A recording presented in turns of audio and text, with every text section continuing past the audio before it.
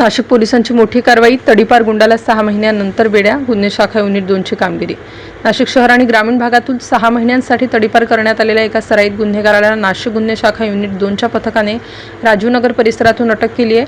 नाशिक शहर पोलीस आयुक्तालयाने शहरातील गुन्हेगारी मोडीत काढण्यासाठी पाहिजे फरार आणि तडीपार आरोपींचा शोध घेण्याची मोहीम तीव्र केली आहे। याच मोहिमेअंतर्गत दिनांक 23 मे 2026 रोजी गुन्हे शाखा युनिट 2चे पथक इंदिरानगर पोलीस ठाणे हद्दीत गस्तीवर असताना त्यांना एका तडीपार गुंडाबाबत माहिती मिळाली।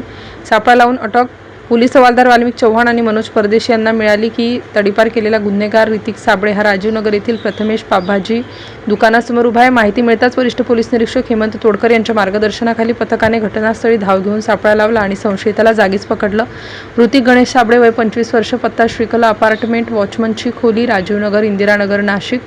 या आरोपीला नाशिक शहर आणि जिल्ह्यातून 6 महिन्यांसाठी कायदेशीररित्या तडीपार करण्यात आलं होतं, मात्र आदेशाचे उल्लंघन करून तो शहरात वावरत होता।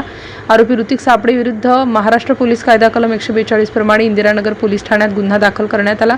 त्याला पुढील कारवाईसाठी पोलिसांच्या ताब्यात देण्यात आलं आहे। ही कारवाई पोलीस आयुक्त संदीप कर्णिक, उपायुक्त किरण कुमार चव्हाण आणि सहाय्यक आयुक्त संदीप मिटके यांच्या मार्गदर्शनाखाली गुन्हे शाखा युनिट 2चे पथक, सहाय्यक पोलीस निरीक्षक हेमंत तोडकर, संजय सानप आणि सहकाऱ्यांनी यशस्वी केली। स्टार न्यूजसाठी मोहसिन पठाण, नाशिक।